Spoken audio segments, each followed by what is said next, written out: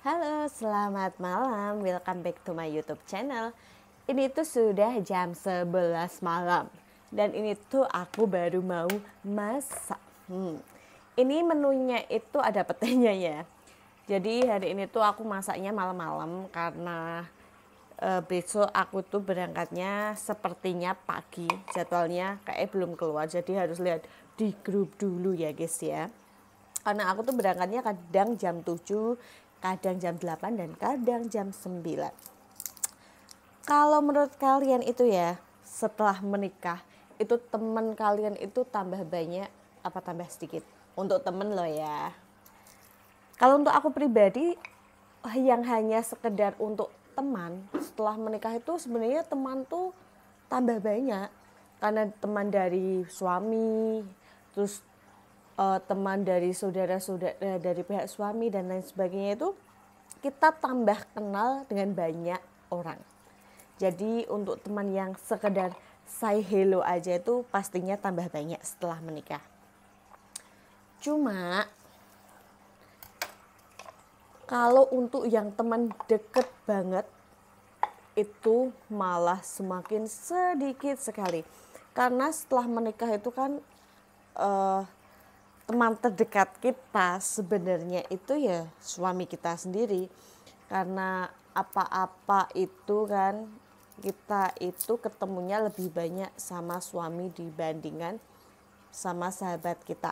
Kecuali sahabat kitanya itu tuh kerjanya itu di dalam satu perusahaan yang sama, di divisi yang sama, yang setiap hari kita bisa ketemu. Kadang tuh suka iri ya aku itu. Ya emang ada rasa iri sih sama pertemanan atau persahabatan mereka itu yang tidak menganggap sahabatnya itu saingan. Karena yang aku lihat sekarang ini, aku dulu pernah merasakan ya, nggak punya temen tuh deket banget, udah baik banget. Tapi kok orangnya anggap kita itu saingan. Terus kalau kita itu lagi susah, orangnya itu kayak ya antara peduli sama kepo itu kan bedanya tipis ya guys. Jadi aku tuh kadang nggak bisa membedakan. Ujung-ujungnya setelah sekian bulan tahu ternyata cuma kepo doang. Ya memang hampir mirip kayak peduli sih sifat-sifat atau kepo itu loh. Tapi sebenarnya dia itu tidak peduli alias cuma hanya kepo saja. Jadi ya mending semakin memperkecil pertemanan yang deket gitu loh. Kadang itu gini loh, kita itu punya sahabat, tapi itu jarang banget komunikasi sama sahabat atau teman deket kita. Cuma sekalinya kita itu kalau meet time, kalau ketemu gitu kan sama teman kita, itu tuh kayak bicaranya tuh bisa dalam banget, kayak deep talk banget gitu loh. Aku punya teman dekat yang seperti itu. Kita tuh jarang banget komunikasi, nggak setiap hari komunikasi, malah kadang 1 bulan sekali, padahal kita itu sama-sama punya kontak WA-nya, tapi kita memang jarang banget yang namanya itu saling ngechat gitu loh. Cuma kalau pas ketemu atau pas kita ada masalah gitu kan kita dan saling tahu gitu tuh dia tuh bisa terkoneksi, mungkin telepati kali ya.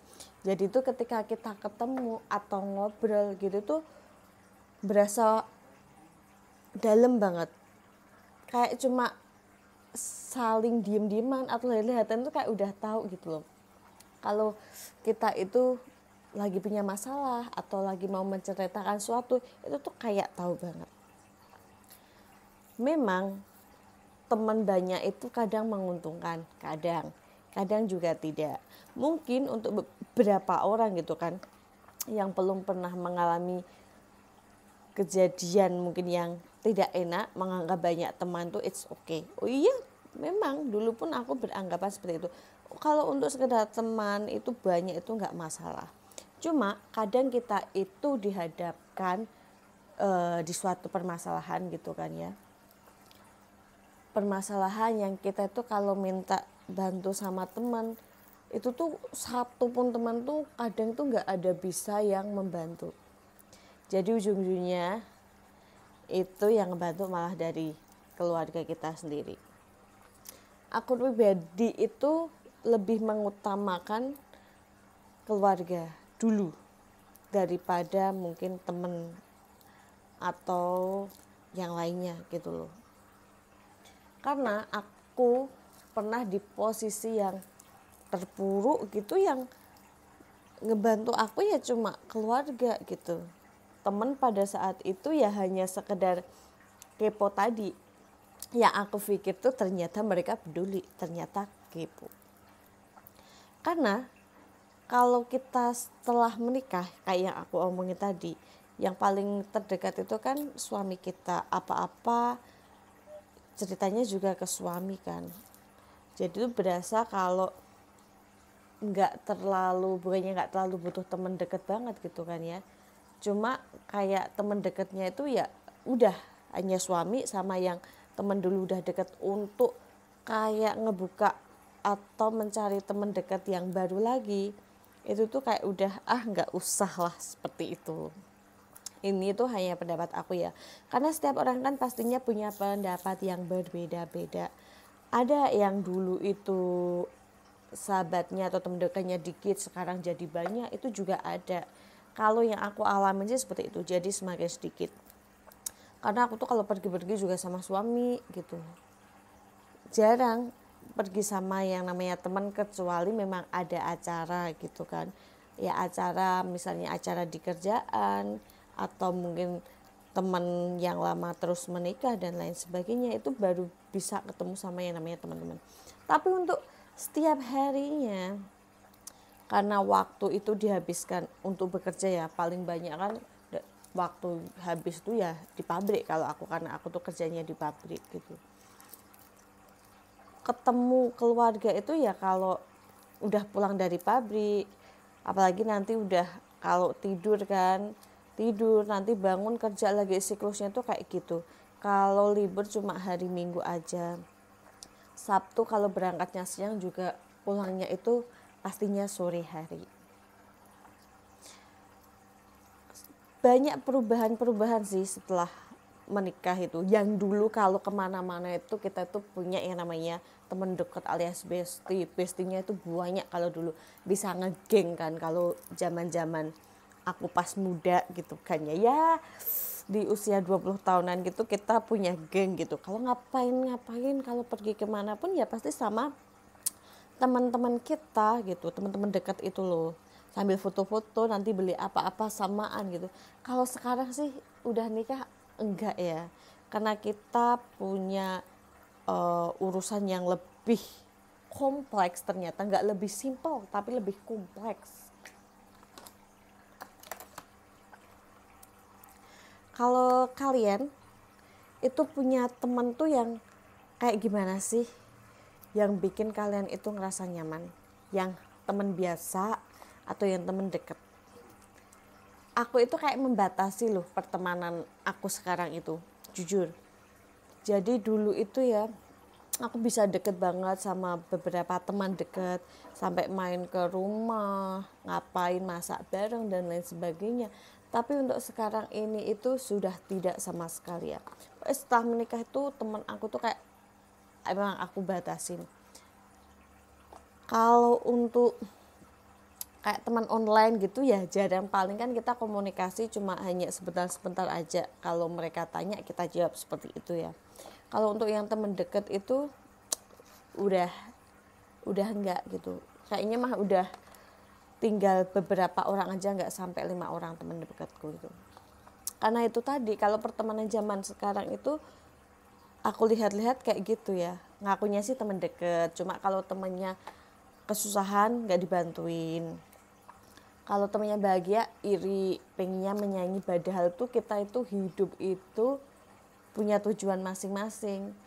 Kita itu ya kalau hidup cuma pengennya menyanyi orang gitu, gak bakal deh bisa merasa tenang, nyaman gitu. Menyanyi dalam arti yang negatif ya, bukan yang positif. Kalau dalam arti yang positif itu kayak memotivasi kita untuk kita itu lebih maju dari yang posisi kita sekarang.